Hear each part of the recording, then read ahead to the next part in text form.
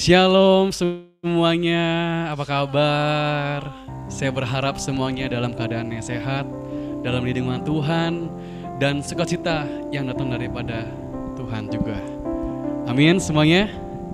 Mari sebelum kita mulai persekutuan doa pada malam hari ini, kita siapkan hati kita siapkan iman kita, dan juga pikiran kita hanya untuk satu nama, yaitu Yesus Sang Juru Selamat kita.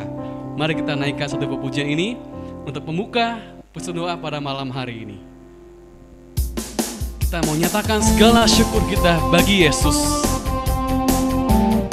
Boleh di rumah sambil bernyanyi dan tepuk tangan, kita memuji Tuhan. Segala puji syukur hanya bagimu Tuhan, sebab Kau yang layak dipuja. Kami mau bersorak, kami mau bersorak, tinggikan namamu. Haleluya, haleluya. Segala puji syukur, segala puji syukur hanya bagimu Tuhan, sebab Kau yang layak dipuja. Kami mau bersorak, kami mau bersorak, tinggikan namamu. Haleluya. Mari bersoraklah, soraklah, haleluya, soraklah, haleluya, haleluya, haleluya. Soraklah, haleluya, soraklah, haleluya, haleluya. Mari segala puji syukur, segala puji syukur hanya bagimu Tuhan, sebab Kau yang layak dipuja. Kami mau bersorak, kami mau bersorak, tinggikan namamu. Haleluya, boleh tangan diangkat, soraklah haleluya, soraklah haleluya, soraklah haleluya, haleluya. Soraklah haleluya, soraklah haleluya, soraklah haleluya, haleluya. Sekali lagi kita nyatakan segala puji syukur kita, segala puji syukur hanya bagimu Tuhan, sebab Kau yang layak dipuja. Oh, kami mau bersorak, kami mau bersorak, tinggikan namamu. Haleluya. Semuanya soraklah haleluya, soraklah haleluya, soraklah haleluya, haleluya. Mari bersoraklah, soraklah haleluya, soraklah haleluya, haleluya. Soraklah haleluya sekali lagi, soraklah haleluya, soraklah haleluya, haleluya. Semuanya mari kita angkatkan kita. Soraklah haleluya, soraklah haleluya, haleluya, haleluya, haleluya, haleluya,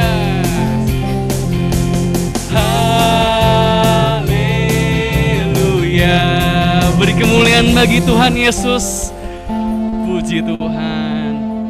Mari kita siapkan hati kita, kita atur nafas kita sejenak untuk masuk dalam hadirat Tuhan yang Maha Tinggi. Amin. Mari kita buka persekutuan doa pada malam hari ini dengan tanda kemenangan kita. Di dalam nama Bapa dan Putra dan Roh Kudus. Amin.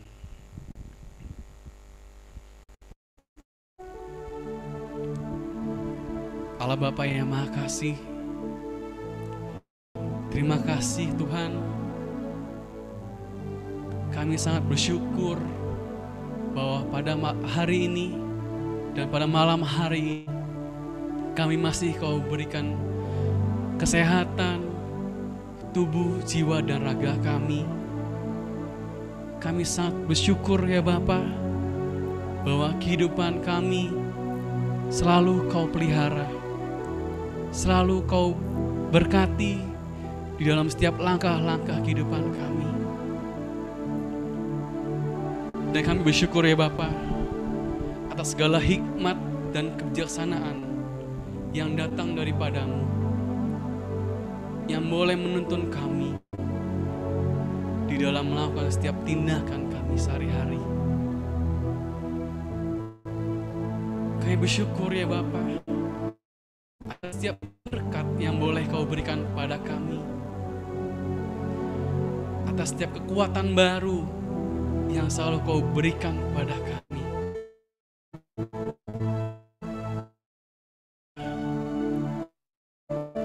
Kuasamu besar atas hidup kami, pertolongan-Mu nyata dalam hidup kami. Kami mohon ampun ya Bapa, pada malam hari ini kami mau tinggalkan yang telah kami perbuat sepanjang hari ini maupun di hari-hari yang kemarin Tuhan. Dan kami mau bawa ke dalam hadirat-Mu yang kudus. Biarlah sungguh Tuhan pada malam hari ini Kau sungguh layakkan kami untuk hadir dan masuk lebih dalam lagi dalam hadirat-Mu yang maha kudus. Kami membuka hati kami membuka pikiran kami hanya untuk Engkau Tuhan. Kami ingin memuji-Mu Tuhan. Kami ingin menyembah-Mu Tuhan Yesus. Sebab Engkaulah yang begitu besar di dalam hidup kami. Dan kami hanya percaya pada-Mu Tuhan.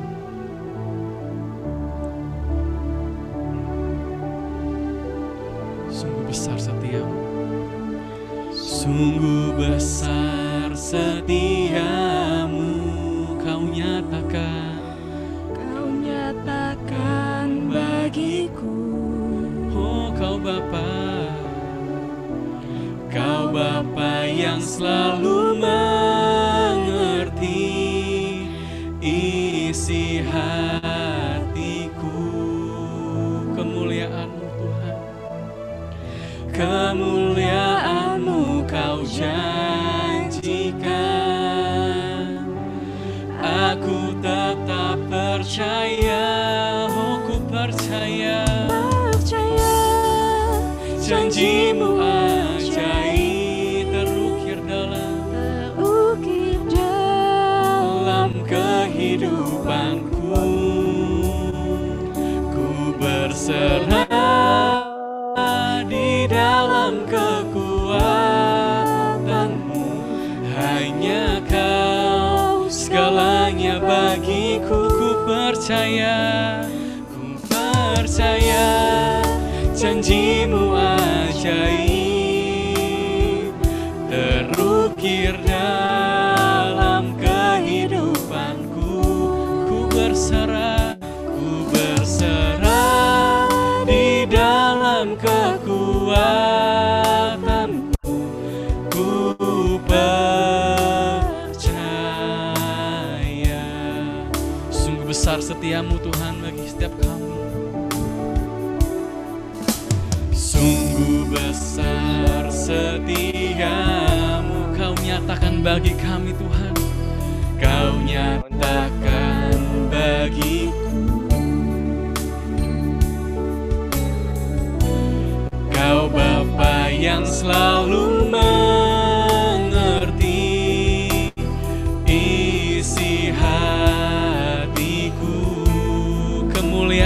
Tuhan.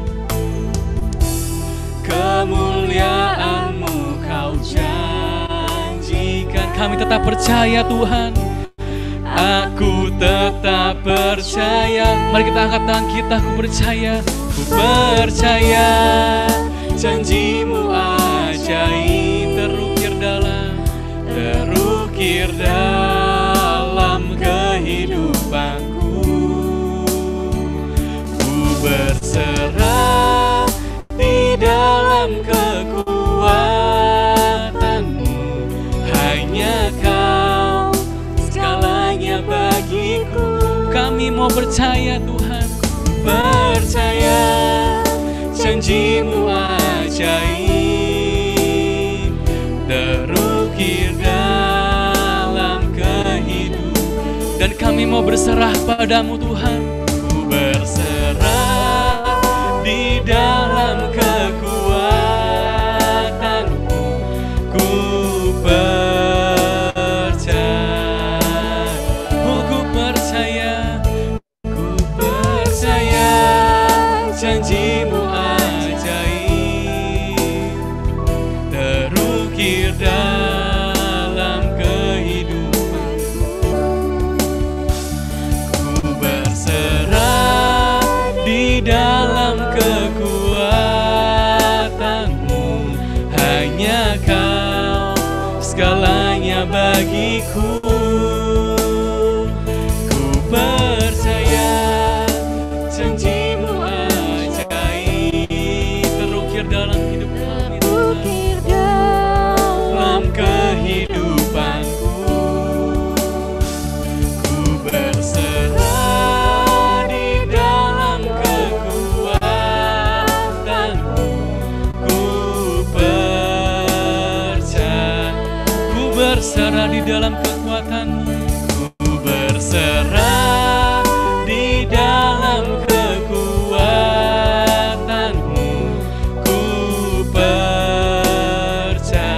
percaya. Ku percaya. Mari kita naikkan syukur kita bagi Yesus.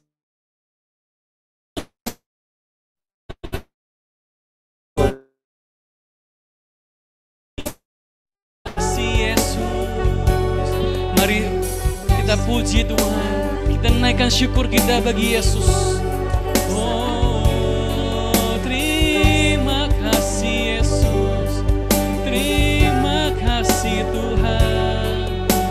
Segala kebaikan-Mu, terima kasih Tuhan, terima kasih Yesus.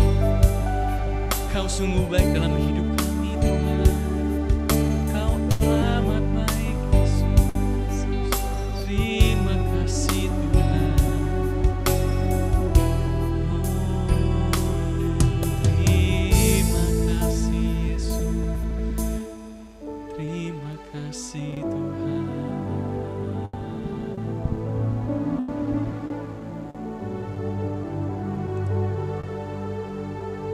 Terima kasih ya Bapa. Ajar kami itu selalu berserah dalam hadirat-Mu. Ajar kami itu selalu berserah di dalam kekuatan-Mu Tuhan. Hancurkan Tuhan setiap keegoisan dalam hidup kami yang selalu mengandalkan kekuatan di dalam diri kami sendiri.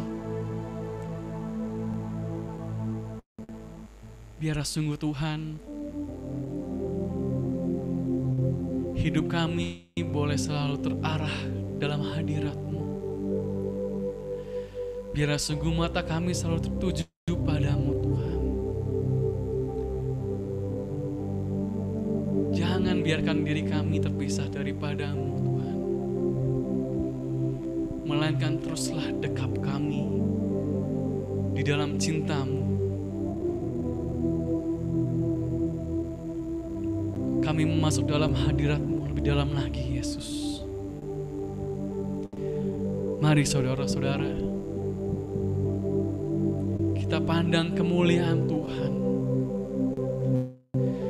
Kita song-song hadirat Tuhan yang maha tinggi. Rasakan Roh Kudus sungguh begitu mengalir di dalam setiap aliran nafas kehidupan kita, di dalam setiap atmosfer rumah kita masing-masing. Ya Bapa, kami percaya hanya Engkau yang Allah Maha Tinggi, hanya Engkau yang layak kami puja,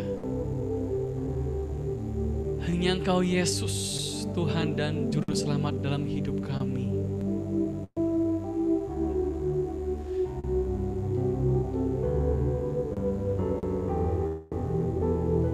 Mari naikkan penyembahan ini dengan segenap hati kita.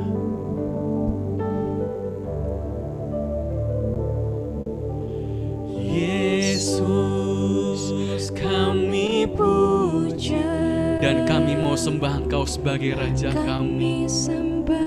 Sebagai Raja berdiri di tengah kami, berdiri di tengah kami, ditinggikan dan dipuji, dan dipuji. Yesus kami puja, Yesus kami puja, kami sembah sebagai Raja, berdiri di tengah kami, ditinggikan dan dipuji. Mari sembah puji Dia, sembah dan puji penuhi tatamu. Sembah dan puji, sembah dan puji penuhi tatamu. Mari kita angkat tangan kita, sembah dan puji penuhi tatamu. Yesus Tuhan adalah Raja. Sekali lagi kita katakan, Yesus kami puja, Yesus kami puja, kami sembah sebagai Raja, berdiri di tengah kami, ditinggikan dan dipuji, ditinggikan dan dipuji. Mari sekali lagi, Yesus kami puja, Yesus kami puja, kami sembah sebagai Raja, berdiri di tengah kami, ditinggikan dan dipuji, ditinggikan. Mari kita angkat tangan kita lebih tinggi, kita sembah Dia. Sembah dan puji penuhi tatamu, sembah dan puji penuhi tatamu, sembah dan puji penuhi tatamu. Yesus Tuhan adalah Raja. Sembah dan puji, sembah dan puji penuhi tatamu, sembah dan puji penuhi tatamu, sembah dan puji, sembah dan puji penuhi tatamu. Yesus Tuhan adalah Raja. Sembah dan puji, sembah dan puji penuhi tatamu, sembah dan puji Dia, sembah dan puji penuhi tatamu, sembah dan puji penuhi tatamu. Yesus Tuhan adalah. Sekali lagi sembah dan puji Dia, sembah dan puji penuhi tatamu. Mari ulurkan tangan kita sembah Dia, sembah dan puji penuhi tatamu, tahtamu, sembah dan puji penuhi tahtamu. Yesus Tuhan adalah, oh Yesus Tuhan, Yesus Tuhan adalah Raja. Yesus Tuhan, Yesus Tuhan adalah Raja. Mari sembah Dia. Oh ya shekera rara barashe, shekera la la la la yara yara manashe. Kami mau sembah Kau Yesus, kami mau sembah Kau Allah yang Maha Tinggi. Mari angkat tangan kita lebih tinggi lagi untuk menyembah Tuhan. Shekarararara ya ramadashe, ya ramarabarashe.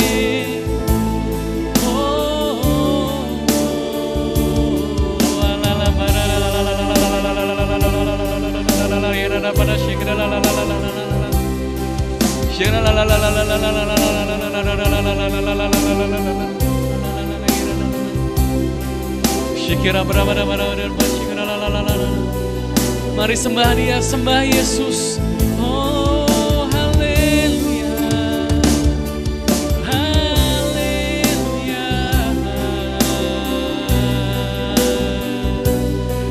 Hanya Kau yang Maha Tinggi, hanya Kau Yesus. Shikira la la la la la la ya ramana mana, shikira la la la la ya ramana, shikira la la la ya ramana.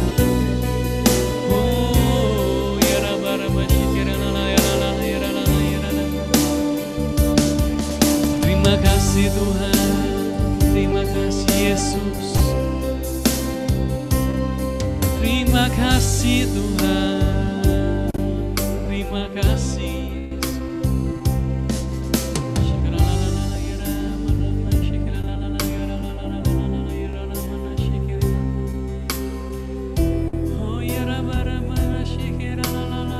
Terus sembah Tuhan, terus fokus pada Yesus.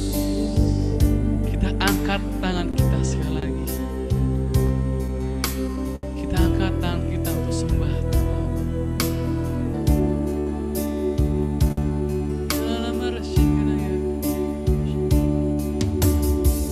Sembah dan puji penuhi tahtamu, sembah dan puji penuhi tahtamu, sembah dan puji penuhi tahtamu. Yesus Tuhan adalah Raja. Yesus Tuhan, Yesus Tuhan adalah Raja.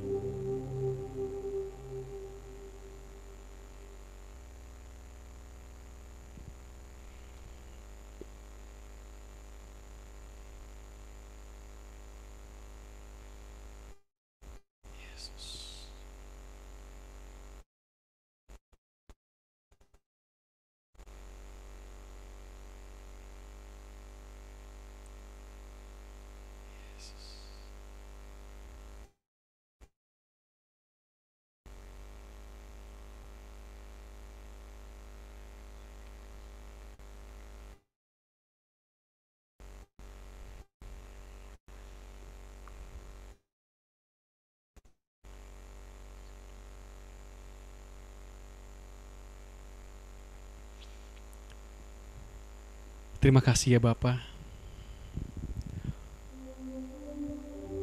Kuasa-Mu begitu ajaib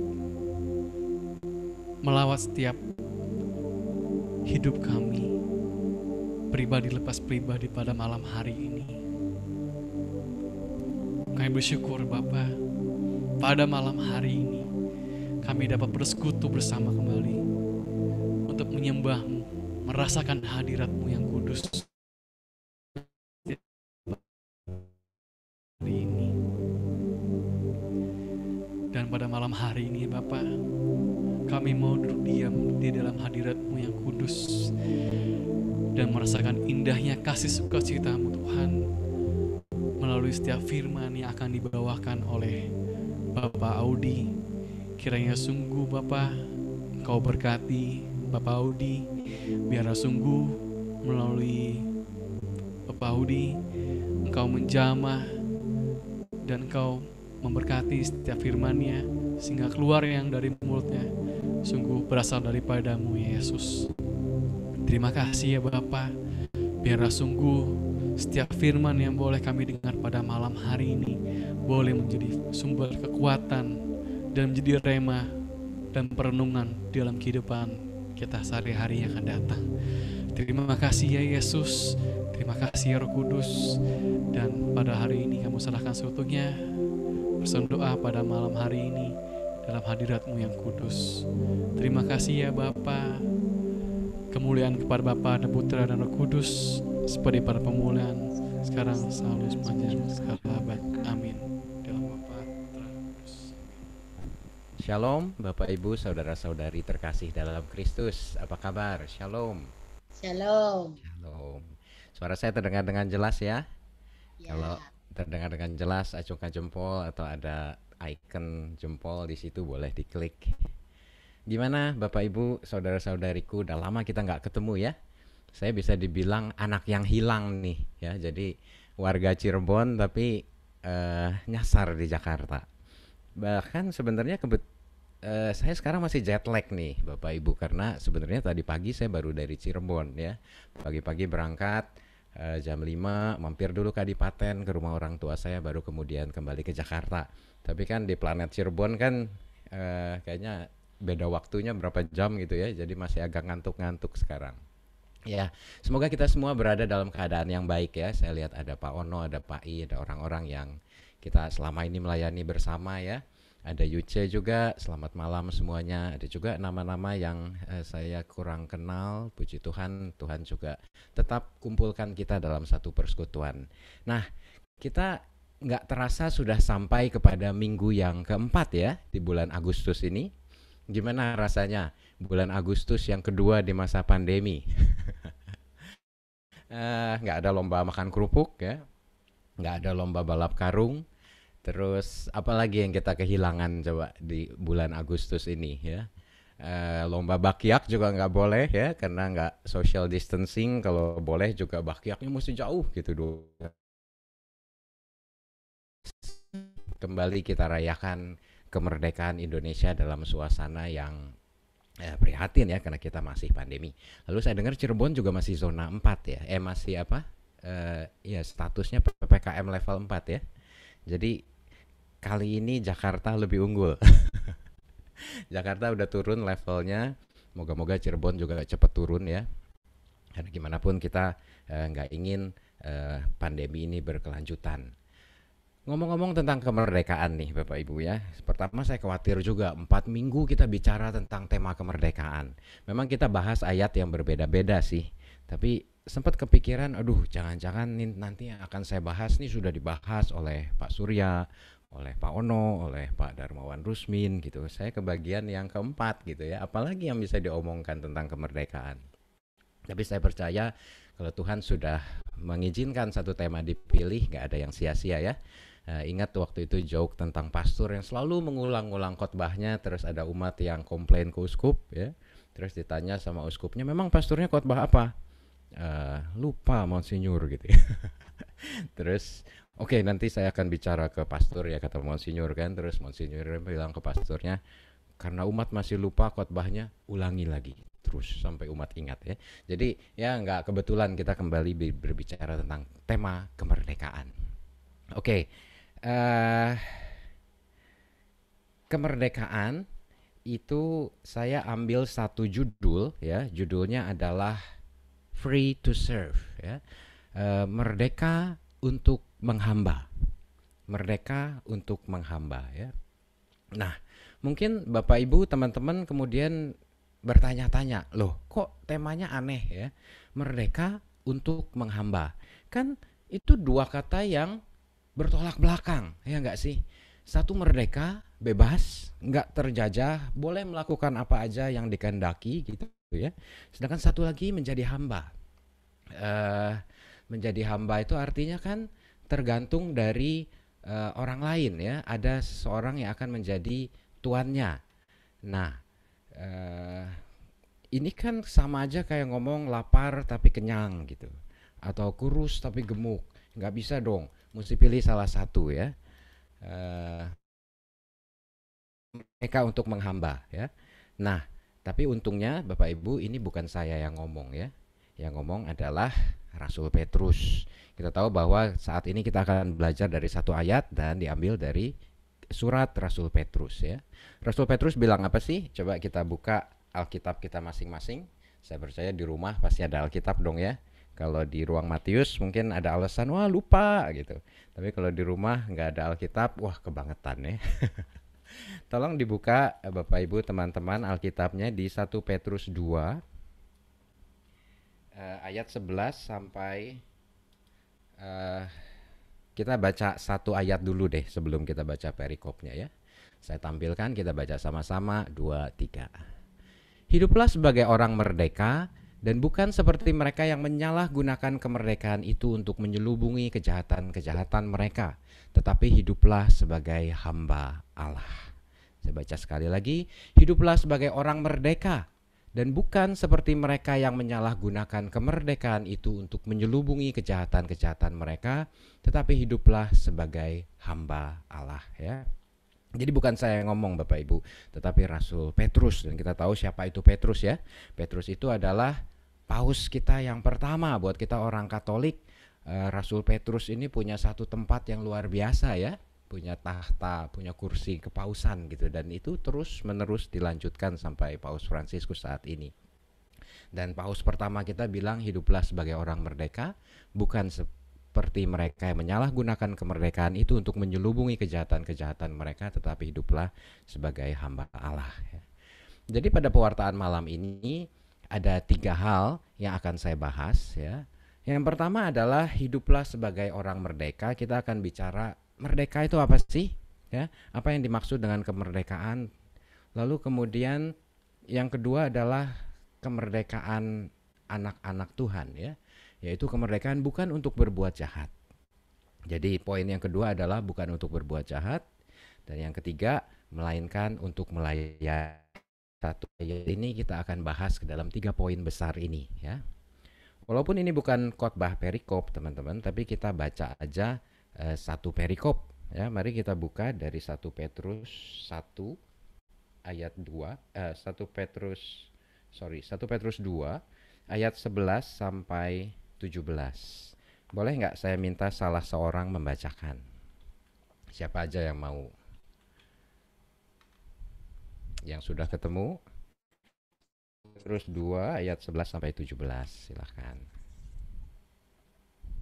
Saudara-saudaraku yang kekasih, aku menasihati kamu supaya sebagai pendatang dan perantau, kamu menjauhkan diri dari keinginan-keinginan daging yang berjuang melawan jiwa. Milikilah cara hidup yang baik di tengah-tengah bangsa-bangsa bukan Yahudi, supaya apabila mereka memfitnah kamu sebagai orang durjana, mereka dapat melihatnya dari perbuatan-perbuatanmu yang baik dan memuliakan Allah pada hari Ia melawat mereka. Tunduklah karena Allah kepada semua lembaga manusia, baik kepada raja sebagai pemegang kekuasaan yang tertinggi, maupun kepada wali-wali yang diutusnya untuk menghukum orang-orang yang berbuat jahat dan menghormati orang-orang yang berbuat baik. Sebab inilah kehendak Allah, yaitu supaya dengan berbuat baik kamu membungkamkan kepicikan orang-orang yang bodoh. Hiduplah sebagai orang merdeka, dan bukan seperti mereka yang menyalahgunakan kemerdekaan itu untuk menyelubungi kejahatan-kejahatan mereka. sebagai hamba Allah. Hormatilah semua orang, kasihilah saudara-saudaramu, takutlah akan Allah. Hormatilah Raja. Demikianlah firman Tuhan. Syukur kepada Allah. Ya. Terima kasih Tante Yok untuk pembacaannya.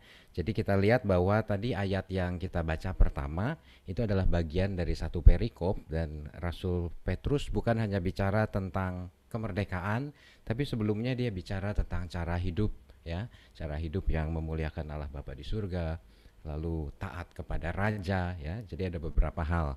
Tapi kita nggak akan bahas yang itu karena kita bukan khotbah perikop saat ini. Kita hanya akan bedah satu ayat, ya. Yang pertama, ya, kita masuk ke dalam hidup sebagai orang merdeka. Apa sih yang dimaksud dengan kemerdekaan? Ya. Kalau saya mengutip Kamus Besar Bahasa Indonesia, merdeka itu merdeka, ya, artinya ada 3. Yang pertama bebas dari perhambaan, penjajahan dan sebagainya, ya. Jadi kita tahu bangsa Indonesia sudah merdeka, ya. Nah, saya ingat waktu dulu kan kita suka ikut upacara bendera. Saya sering kebagian tugas sebagai pembaca apa sih itu undang-undang dasarnya yang bahwa kemerdekaan itu adalah hak segala bangsa. Maka penjajahan di atas muka bumi harus dihapuskan, ya, karena tidak sesuai dengan peri kemanusiaan dan peri keadilan dan lain-lain. Ya, udah lama ya nggak ikut upacara bendera, ya. Oke, nah terus ada arti yang kedua, tidak terkena atau lepas dari tuntutan. Jadi bebas dari tuntutan penjara seumur hidup. Beberapa waktu yang lalu saya juga mewartakan tema ini ke teman-teman di lapas Tanjung di Medan, ya. Itu teman-teman umat Kristiani yang ada di sana, itu penjara anak-anak muda, ya. Mereka nggak bebas hidupnya karena mereka ada di dalam penjara, ya. Ini juga saya sampaikan kepada mereka. Lalu ada arti yang ketiga, tidak terikat, tidak tergantung kepada orang atau pihak tertentu, ya. Leluasa, bebas, merdeka. Nah, ini ada yang ditulis, bukan saya yang tulis, bebas berbuat sekendak hatinya, ya. Merdeka itu artinya bebas berbuat sekendak hatinya. Nah, ditulisnya memang begitu, ya. Tapi sebagai orang-orang yang dewasa, benar nggak sih kita kalau merdeka itu bebas berbuat sekendak hatinya, ya. Jadi kita maunya apa kita lakukan. Saya rasa kita semua tahu, ya, bahwa merdeka itu nggak berarti kita bebas berbuat sekendak hatinya, ya. Ada aturan-aturan, ada batasan-batasan yang mesti kita taati, karena kalau semua orang bebas melakukan sekendak hatinya, yang ada bukanlah kemerdekaan, yang ada adalah kekacauan, ya. Yang ada adalah, waduh, nggak karuan lah, orang memilih lain-lainnya, orang saling memukul, pokoknya semua berbuat sekendak hatinya, pasti kacau. Nah, kembali ke kebebasan, sebenarnya kita tahu hak asasi manusia, ya. Kalau tadi kemerdekaan adalah hak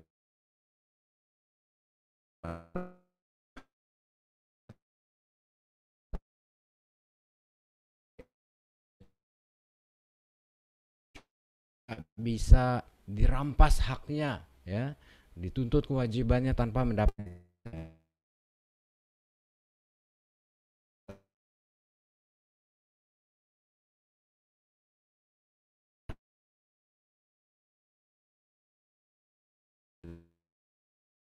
dengan bebas, ya.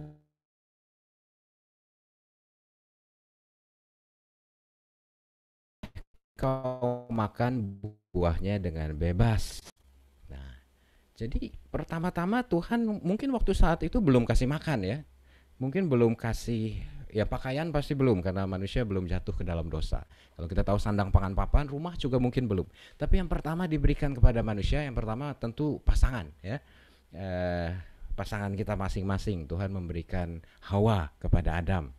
Nah, yang kedua, jadi salah satu dari hal-hal pertama yang Tuhan berikan, ternyata yang dikasih kepada manusia adalah kebebasan. Kita bebas makan apa aja buah-buah di dalam pohon ini, di pohon di taman ini, ya.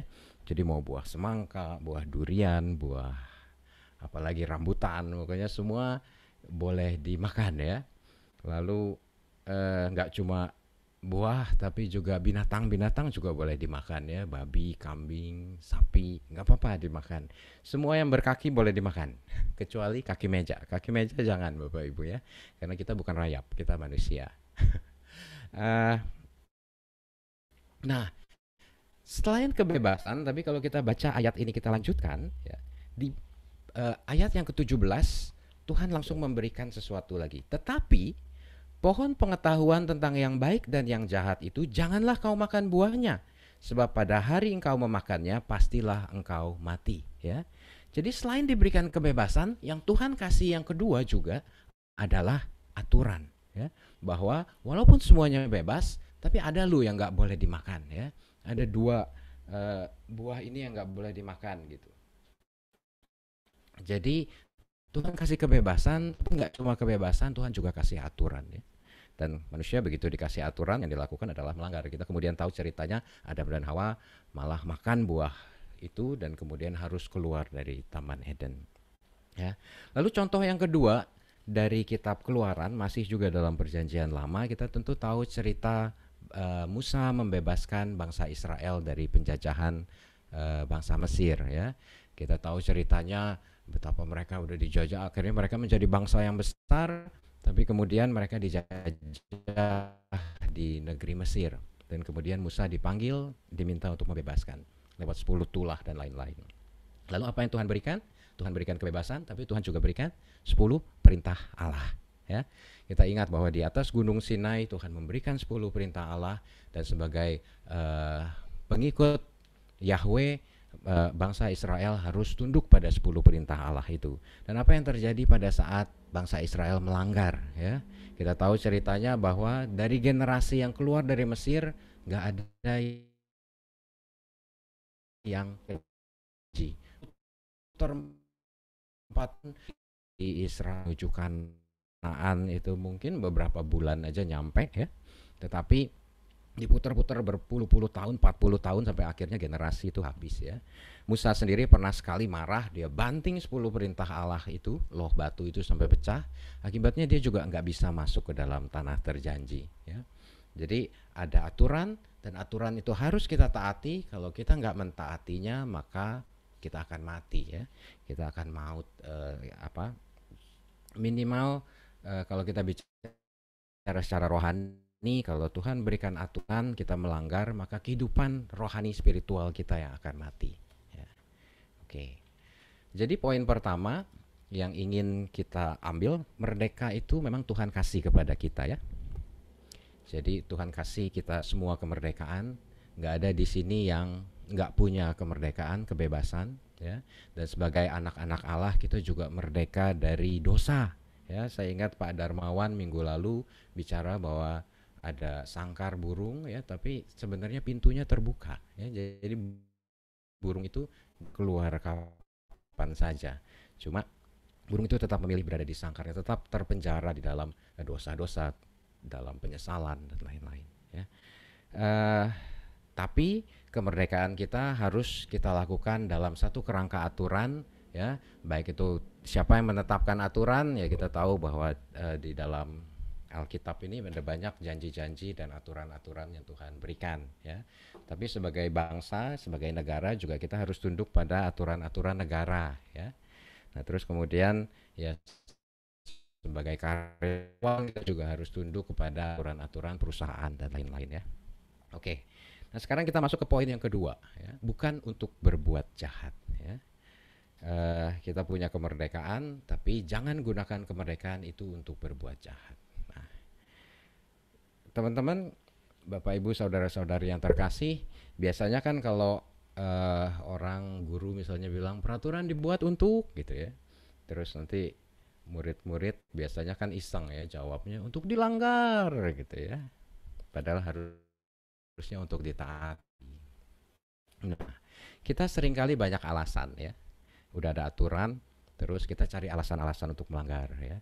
Udah ada aturan PPKM, terus nanti kita bikin apa, kita cari-cari celah ya. Kayak misalnya kemarin Lebaran nggak boleh mudik gitu ya, nggak boleh naik mobil. Ada aja yang mudik ke Cirebon naik sepeda, ada ya. Ya pokoknya selalu ada celah-celah untuk dilanggar. Nah, tapi eh, kita seringkali mungkin pernah dengar begini, kan yang bikin aturan juga orang-orang yang nggak benar juga tuh, gitu. Misalnya pejabat, pejabat juga pada korupsi gitu ya. Terus yang bikin aturannya kan juga pemerintahannya juga belum tentu benar dan lain-lain. Kita bersyukur sih pemerintahan kita kali ini cukup bersih ya. Nah, tapi seringkali banyak alasan-alasan seperti itu. Nah, saya pengen cerita satu warna dari surat Rasul Petrus ini yang mungkin kita nggak tahu ya. Jadi kita kalau baca surat Rasul Petrus yang tadi itu kayaknya lempeng aja. Kita tadi baca kan, tadi Tante Iyok bilang bahwa ada ayat yang bilang tunduklah kepada penguasa, ya, kepada raja sebagai pemegang kekuasaan yang tertinggi maupun kepada wali yang diutusnya untuk menghukum orang-orang yang berbuat jahat. Nah, teman-teman tahu nggak? Pada saat surat ini ditulis, ya, Rasul Petrus itu sebenarnya berada dalam, kita tahu bahwa mereka sedang dijajah bangsa Romawi ya. Jadi mereka bukan bangsa yang merdeka. Nah, yang mungkin teman-teman nggak tahu adalah, Bapak Ibu nggak tahu, waktu itu yang berkuasa adalah seseorang kaisar yang bernama Kaisar Nero ya. Kemungkinan besar surat Rasul Petrus ini ditulis pada saat Kaisar Nero berkuasa. Kaisar Nero ini cukup terkenal, tapi bukan untuk hal-hal yang baik ya. Dia itu kaisar yang kejam, kaisar yang luar biasa suka membunuh lawan-lawannya ya. Sebagai catatan aja bahwa jangankan lawannya, ibunya sendiri dia bunuh ya. Lalu kemudian dia punya 2 istri, istrinya juga dia bunuh ya, karena dia takut istrinya suatu saat bisa mengambil kekuasaan dia. Saking takutnya istrinya dia bunuh ya.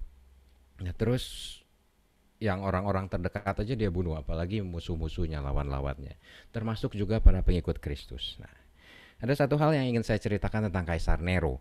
Kalau saya hobinya bersepeda, nah Kaisar Nero ini juga punya hobinya adalah pacuan kuda ya.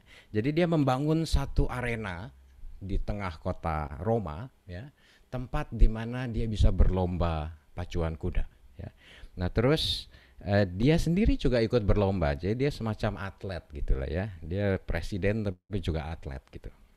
Nah, terus ada satu kisah juga yang menceritakan kalau Kaisar Nero itu bertanding ya, dia pasti menang ya, karena siapapun yang menang kemudian dia nyatakan kalah, terus dia mengangkat dirinya sendiri sebagai pemenang ya. Jadi nggak seru sebenarnya kalau nonton perlombaan di mana Kaisar Nero berlomba, karena pasti juaranya Kaisar Nero ya. Nah, Kaisar Nero ini suka latihan pacuan kuda ya. Nah, terus kemudian kita mungkin pernah nonton film Gladiator ya. Nah, di arena itu kemudian dia suka berlatih. Nggak masalah kalau latihannya siang ya Bapak Ibu, karena kan terang ya. Tapi ada satu kisah, dia juga suka latihan malam. Dan kalau latihan malam ya, dulu belum ada PLN, belum ada token listrik, nggak bisa kita ke ATM terus beli token terus masukin angkanya terus nyala ya. Jadi dulu itu masih pakai obor. Dan yang Kaisar Nero lakukan, karena dia juga nggak senang pengikut-pengikut Kristus ya, adalah pagi hari dia suruh serdadunya untuk menangkapi orang-orang Kristen ya. Pengikut Kristus dicari-cari, di penjara ya. Kemudian udah menjelang malam, orang-orang malang ini kemudian dicelupkan dalam ter ya, itu larutan yang mudah terbakar, terus kemudian diikat di tiang-tiang di sekelilingnya stadion itu ya. Nah, terus kemudian dinyalakan sebagai obor hidup ya. Jadi Kaisar Nero kemudian berlatih pacuan kuda dengan orang-orang Kristen yang ditancapkan di tiang dan dinyalakan, dibakar untuk penerangan ya. Seperti itu kondisi yang dihadapi oleh para pengikut Kristus pada zaman surat Rasul Petrus ini ditulis ya. Masalahnya bukan karena para pengikut Kristus mengakui Yesus sebagai Tuhan, enggak. Kalau buat bangsa Romawi enggak masalah, mereka menganut politeisme ya. Jadi dewa mereka banyak. Dewa mereka kalau kita tahu Merkurius, terus Venus, Mars, itu bukan cuma nama planet Bapak Ibu, tapi itu adalah diambil dari nama dewa-dewa bangsa Romawi ya. Nah, yang jadi masalah adalah setiap orang di bawah jajahan bangsa Roma harus mengakui kaisar sebagai Tuhan. Dan itu yang jadi masalah, ya. Dan untuk para pengikut Kristus nggak bisa kita mengakui ada Tuhan lain selain Yesus. Oleh karena itulah pengikut Kristus kemudian dikejar-kejar, dimusuhi, dipersekusi, dibunuh, ya. Dan bayangkan teman-teman, dalam kondisi seperti ini Rasul Petrus menulis surat ini. Taatlah kepada raja sebagai pemegang kekuasaan yang tertinggi. Di mana orang-orang yang membaca surat ini tahu bahwa kaisar saat itu adalah Kaisar Nero yang begitu bengis, yang begitu jahat, ya. Tapi tetap surat ini ditulis untuk ditaati, ya. Bayangkan, jadi nggak sebanding lah apa yang kita alami sekarang. Sejahat-jahatnya orang yang memerintah kita saat ini, rasanya nggak akan sejahat apa yang dialami oleh para pengikut Kristus di zaman gereja perdana, ya. Mereka dikejar-kejar, mereka dibunuh, tapi toh Rasul Petrus menulis taatlah kepada raja, ya. Karena bagaimanapun Tuhan juga mengizinkan raja-raja, pemerintahan-pemerintahan itu dipilih, ya, untuk menegakkan hukum, ya. Nah, terus bukan untuk manusia tetapi untuk Allah. Jadi kalau kita taat kepada pemerintah, kepada undang-undang, kepada aturan-aturan yang berlaku, walaupun kadang mungkin peraturan itu mungkin kadang kelihatannya seperti nggak masuk akal gitu, ya. Tapi cobalah lakukanlah untuk Allah, ya, karena Tuhan sendiri memerintahkan demikian, ya, di dalam Alkitab. Jadi lakukanlah sepanjang itu tidak kemudian bertentangan dengan hukum yang ditetapkan oleh Allah sendiri. Tetapi selama itu masih bisa dilakukan, Tuhan meminta kita untuk taat, ya. Oke. Nah, terus itu alasan pertama, jadi jangan lihat pemerintahannya, jangan lihat siapa yang bikin aturannya, jangan lihat siapa yang jadi koordinator PD-nya misalnya, ya. Tapi Tuhan minta kita taat kepada orang-orang yang terpilih untuk menjabat jabatan-jabatan tertentu, karena Tuhan sendiri yang ikut campur dalam pemilihan-pemilihan mereka, ya.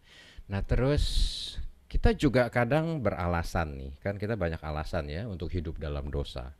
Alasan yang kedua biasanya, kan semua orang melakukannya, ya.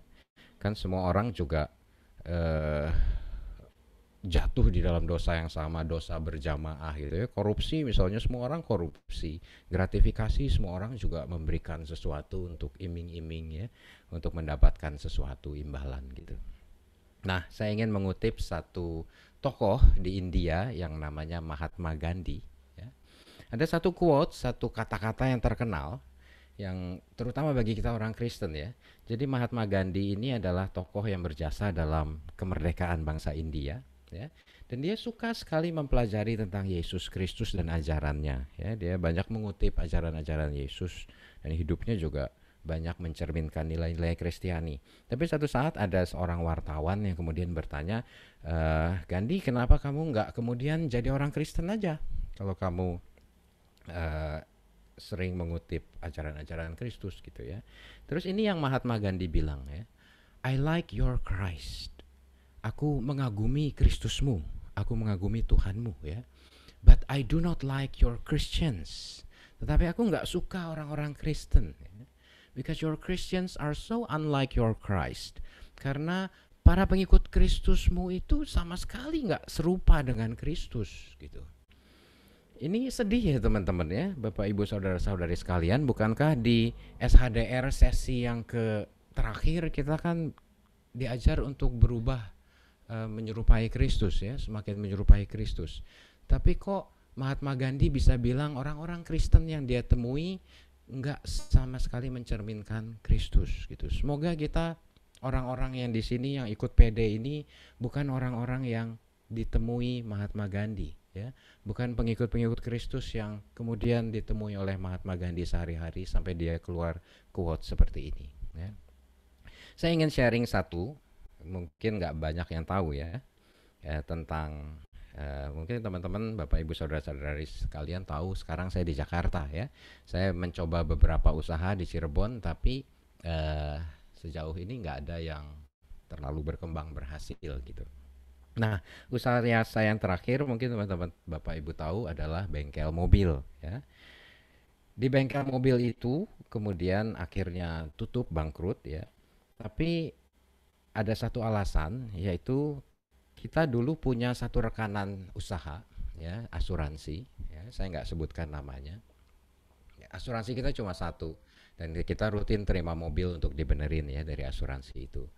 Tetapi yang menjadi masalah adalah di asuransi itu tentu ada orang-orang yang menentukan nih mobil ini akan diperbaiki ke bengkel mana, apakah ke A, B, C, karena rekanan asuransi kan banyak, ada beberapa bengkel.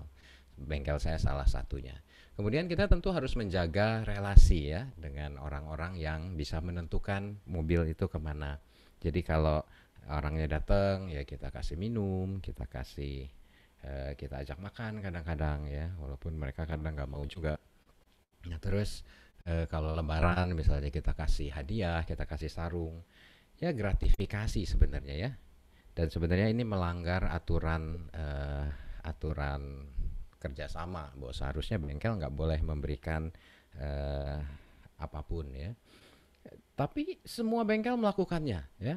Dan bahkan dibandingkan dengan bengkel-bengkel lain yang saya berikan tuh nggak ada apa-apanya ya. Kalau ada yang terang-terangan kasih uang gitu dan lain-lain. Nah terus dan kenyataannya juga memang mobil yang dikirim ke bengkel saya nggak pernah banyak ya, karena ada bengkel-bengkel lain yang mungkin memberi lebih sehingga mendapatkan porsi kerjaan lebih banyak ya. Nah tapi kemudian ada satu hal terjadi di dalam asuransi itu, mereka ribut sendiri gitu, saling mengadukan satu sama lain ya. Terus singkat cerita ada 4 bengkel yang diputus kerjasamanya karena diadukan bahwa bengkel-bengkel ini suka memberikan barang atau apa gitu kepada orang yang bermasalah ini. Terus akhirnya kerjasama dengan bengkel saya diputus ya. Nah terus ada pandemi, susah lagi untuk membuat kerjasama baru dan lain-lain. Saya sampai dipanggil waktu itu ke kantor asuransinya untuk ditanya-tanya gitu ya, apakah benar saya memberi ini, memberi itu gitu. Teman-teman, Bapak Ibu, yang membuat saya malu sebenarnya bukan bahwa saya terlibat masalah itu ya, bahwa kemudian kerjasamanya diputus ya. Saya akui memang saya juga pernah terlibat juga dalam memberikan sesuatu kepada orang-orang di asuransi. Tapi yang membuat saya malu adalah betapa saya sebagai pengikut Kristus yang ngaku-ngakunya aktif di PD, aktif pelayanan ya, kemudian pewarta, terus kemudian bahkan asisten imam, karena di asuransi itu juga ada orang-orang Katolik ya. Terus kemudian kok bisa kena masalah seperti itu, dan kemudian akhirnya hubungannya diputus ya. Membuat saya sedih adalah kenapa kok saya harus ikut cara-cara dunia ya. Dan akhirnya Tuhan tegur dengan cara seperti itu, hubungannya harus diputus sehingga akhirnya bengkelnya bangkrut. I wish ya, saya harap sebenarnya pada saat kita terlibat dalam satu masalah, kita jatuh dalam dosa, saya harap sebenarnya ada tulisan ya di dada saya misalnya yang berbunyi, yang saya lakukan tidak mencerminkan iman saya kepada Kristus gitu. Atau yang saya lakukan bukan karena saya orang Katolik atau kayak gitu ya. Tapi nggak bisa Bapak Ibu. Kita predikat kita sebagai pengikut Kristus itu melekat kemanapun kita pergi. Sehingga apapun yang kita lakukan itu juga mencerminkan apa yang kemudian cap orang terhadap gereja, cap orang terhadap kepercayaan yang kita anut ya. Kita nggak bisa lepas dari itu. Kita ikut bangga pada saat misalnya gereja jual bulu tangkis ya. Oh, Gracia Poli kayaknya orang Kristen nih. Dan benar, dia ada kesaksian-kesaksian yang menunjukkan bahwa dia pengikut Kristus. Kita ikut bangga. Tapi kita juga malu kan kalau tahu-tahu di berita ada artis yang kelihatannya pengikut Kristus tapi kemudian terlibat skandal ya. Atau ada pejabat yang kelihatannya pengikut Kristus tapi kok ikut korupsi. Kita juga malu ya. Dan kita juga masih hidup di dunia Bapak Ibu.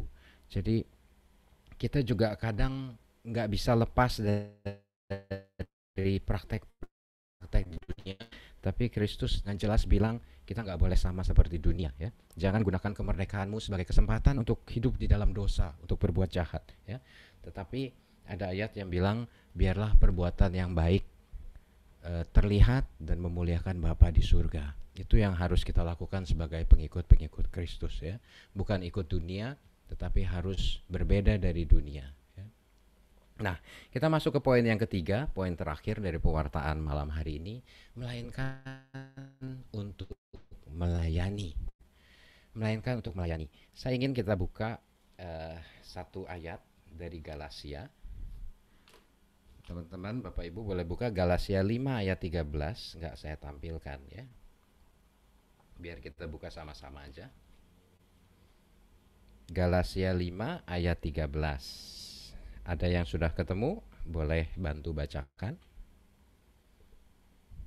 Galatia 5 ayat 13. Saudara-saudara, memang kamu telah dipanggil untuk merdeka.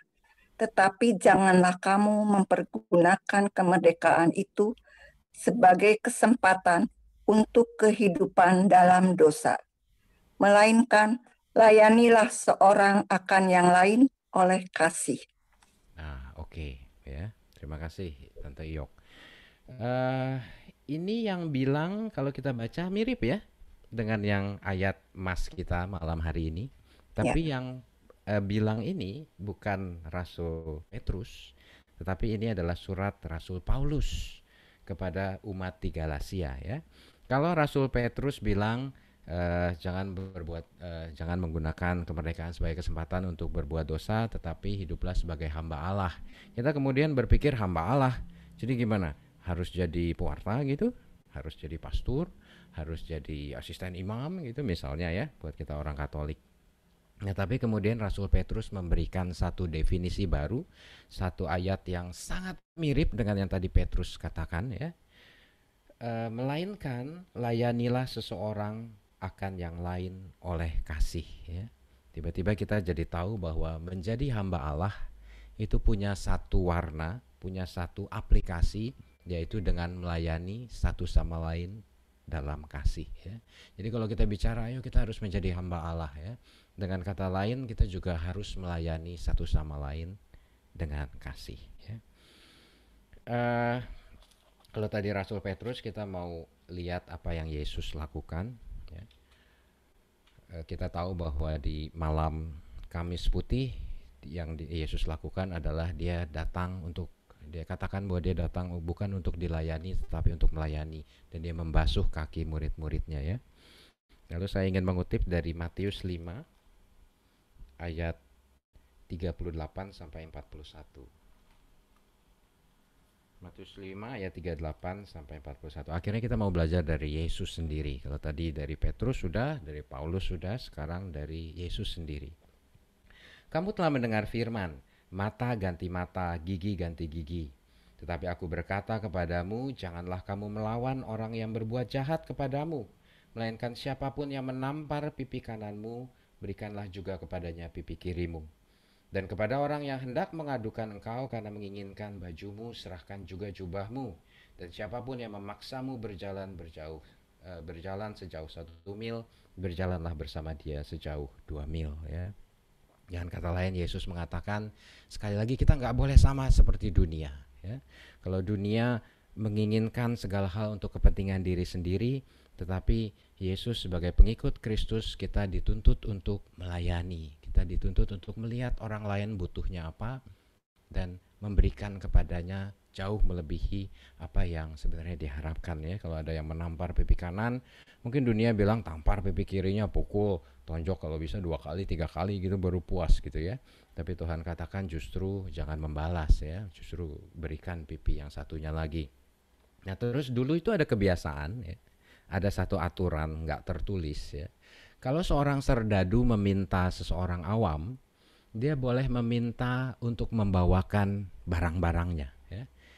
Dan biasanya diminta untuk membawakan sejauh 1 mil ya. Kenapa firman ini ditulis? Ternyata ada seperti itu.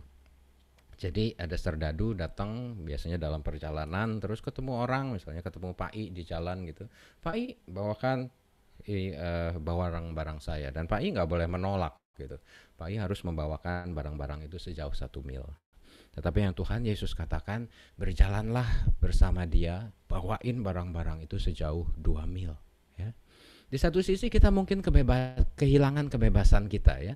Di satu sisi mungkin kita dalam hidup ini ketemu dengan orang-orang yang nyebelin, jahat gitu ya, yang memaksa kita kehilangan kebebasan kita.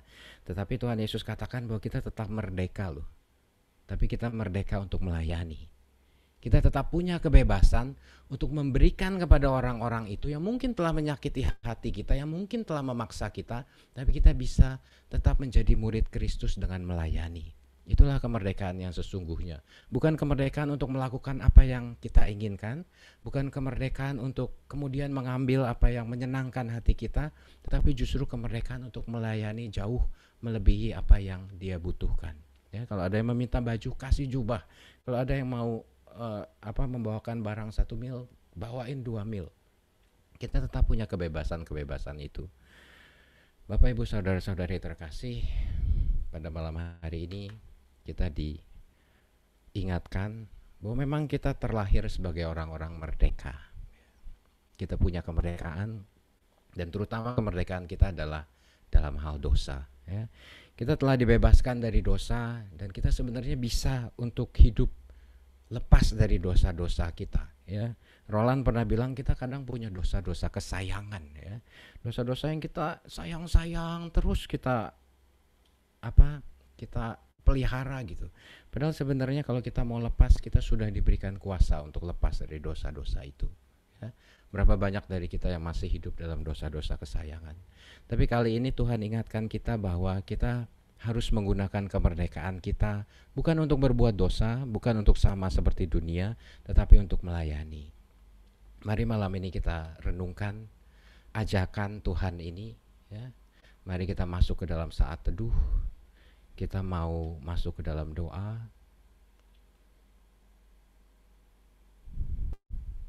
Kita ingat orang-orang di sekeliling kita yang mungkin Tuhan saat ini ingatkan untuk kita layani. Mungkin orang-orang yang sedang sakit. Mungkin orang-orang yang tiba-tiba Tuhan ingatkan dalam pikiran kita.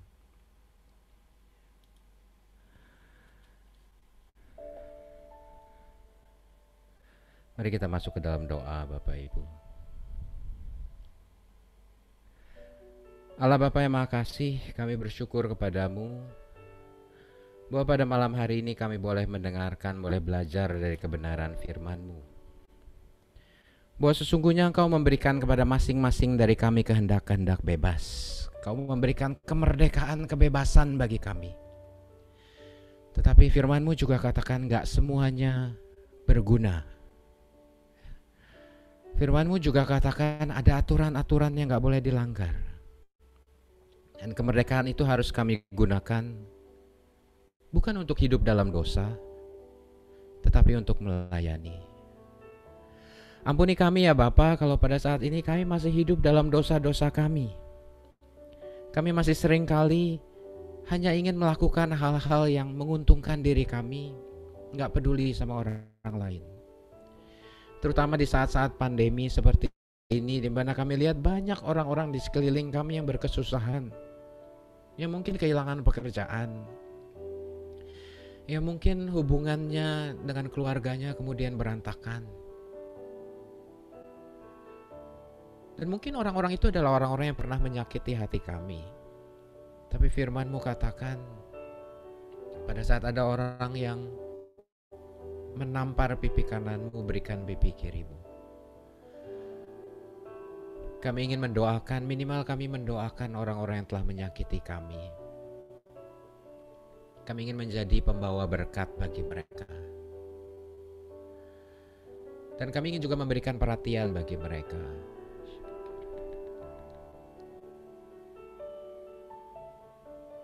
Kami ingin menjadi saluran rahmat-Mu bagi mereka. Kalau Kau berikan berkat lebih, biarlah kami boleh menyalurkannya juga kepada saudara-saudari kami yang membutuhkan. Kalau Kau beri kemampuan, talenta-talenta, biar itu juga kami gunakan untuk menjadi pelayan-pelayan-Mu. Biarlah kami boleh melayani orang-orang bahkan yang mungkin yang terkecil sekalipun, mungkin orang-orang yang menyebalkan mungkin. Tapi justru pada saat kami melayani orang-orang ini kami lakukan kepadamu. Justru dengan melayani sesama kami menjadi hamba-Mu. Terima kasih ya Tuhan, bahwa kami boleh belajar bersama pada malam hari ini. Biarlah Kau pelihara persekutuan doa ini, agar lebih banyak lagi orang yang Kau kirimkan, Dan biarlah kami boleh melayani satu sama lain mulai dari persekutuan doa ini, dengan memberikan kata-kata yang positif, dengan memberikan kata-kata yang membangun. Terima kasih untuk pelayanan-pelayanan yang boleh kami lakukan. Terima kasih bahwa kami boleh bertumbuh dalam persekutuan doa ini. Dan kami serahkan malam hari ini dan kehidupan kami selanjutnya ke dalam tangan-Mu. Selalu sempurnakan kami ya Tuhan, sehingga kami boleh menjadi saksi-saksi-Mu. Boleh perbuatan-perbuatan baik kami kemudian dilihat orang dan memuliakan Bapa di surga. Terima kasih Yesus. Biarlah Engkau yang menjadi Raja dan Tuhan dalam hidup kami. Pimpin hidup kami kemanapun kami melangkah, dimanapun kami ditempatkan, kini dan sepanjang segala masa. Amin. Terima kasih Bapak Ibu. Terima saudara-saudara, kasih. Terima kasih. Tuhan Yesus memberkati. Oke, silakan. Oke, terima kasih Bapak Audi atas setiap pewartaan pada malam hari ini. Mari kita naikkan satu buah yang terbaik bagi Yesus.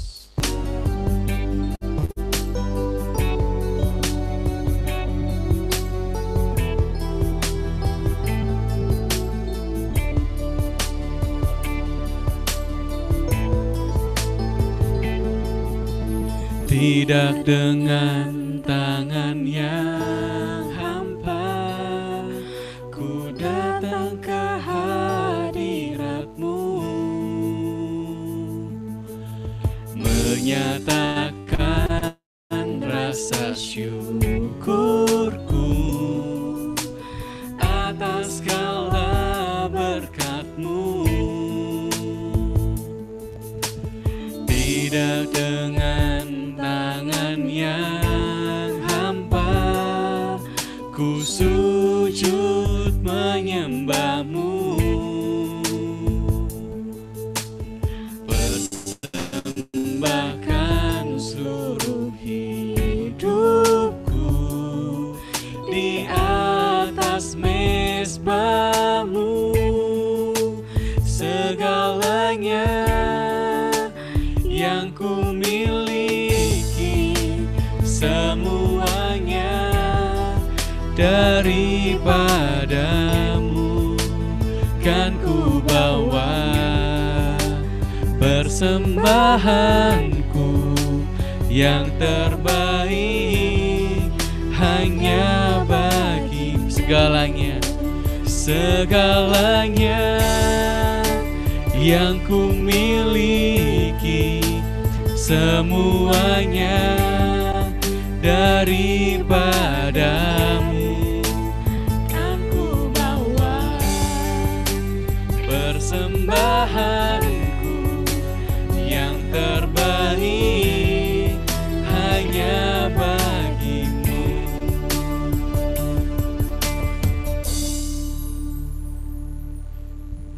Sedikit pengumuman untuk persekutuan doa tanggal 31 Agustus yang akan datang akan dilayani oleh Pastor Adi Panjaitan OSC dengan tema Yohanes 8 ayat 36 dengan WL Ibu Siska. Mari kita tundukkan kepala kita sejenak. Kita akan mengakhiri persekutuan doa pada malam hari ini. Bapa dalam surga, terima kasih atas segala kebaikan-Mu yang boleh Kau berikan kepada kami pada malam hari ini. Terima kasih atas firman yang boleh kami dengar pada malam hari ini. Biarlah sungguh Tuhan, setiap firman yang boleh kami dengar pada malam hari ini boleh menjadi kekuatan bagi kami untuk melawan setiap godaan dan dosa-dosa yang selalu menghampiri kehidupan kami setiap harinya. Biarlah sungguh Tuhan, pertolongan-Mu selalu menjadikan kami manusia-manusia yang merdeka, manusia-manusia yang selalu dekat dalam hadirat-Mu yang kudus. Terima kasih ya Bapa. Dan kalau sebentar kami akan mengakhiri persekutuan doa pada malam hari ini, biarlah sungguh kami setelah mengakhiri PD ini, kami boleh diubah menjadi manusia-manusia yang baru, yang siap untuk melayani sesama kami dengan penuh sukacita, dengan penuh semangat yang datang daripada-Mu Tuhan. Terima kasih ya Bapa. Kami serahkan persekutuan doa pada malam hari ini. Biarlah Engkau yang selalu memberkati, membimbing, dan memelihara kita selalu. Kemuliaan kepada Bapa dan Putra dan Roh Kudus, seperti permulaan, sekarang, selalu, sepanjang segala abad. Amin. Di dalam nama Bapa, Putra, dan Roh Kudus. Amin. Shalom. Masih semangat nih? Oke, masih semangat ya. Boleh lambaikan tangan lagi, boleh? Lambaikan tangannya, masih semangat ya. Oke. Kita semua dipanggil untuk menjadi manusia-manusia yang merdeka, bebas dari segala perbudakan, entah itu dosa, entah itu yang lain. Kita mau serupa dengan Kristus, kita mau lawan setiap godaan itu dengan kuasa Roh Kudus. Mari kita naikkan satu buah pujian ini dengan semangat Roh Kudus.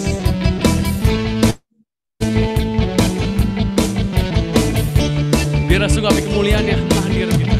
Dengarkanlah suara nafiri memanggil semua umatnya dari seluruh penjuru bumi datang untuk menyembah. Dengarkanlah suara nafiri memanggil semua umat gereja Tuhan bersatu kini mengangkat tinggi pancinya, bersiap maju janganlah lengah.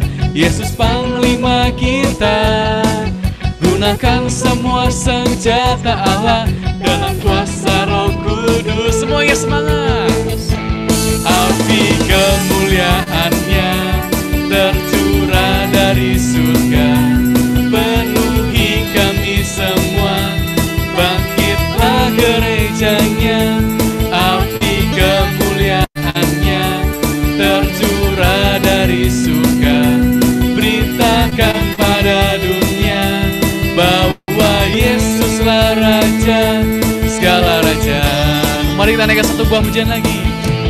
Dengarkanlah suara nafiri memanggil semua umatnya dari seluruh penjuru bumi datang untuk menyembahnya. Dengarkanlah suara nafiri memanggil semua umatnya, gereja Tuhan bersatu kini mengangkat tinggi pancinya, bersiap maju janganlah lengah. Yesus Panglima kita, gunakan semua senjata Allah dalam kuasa Roh Kudus. Api kemuliaannya tercurah dari surga, penuhi kami semua, bangkitlah gerejanya. Api kemuliaannya tercurah dari surga, beritakan pada dunia bahwa Yesuslah Raja, segala raja. Yesuslah Raja, segala raja, segala raja, segala raja, segala raja. Terima kasih semuanya telah mengikuti pesan pada malam hari ini. Tuhan memberkati kita selalu. Shalom. Terima kasih Pak Lis.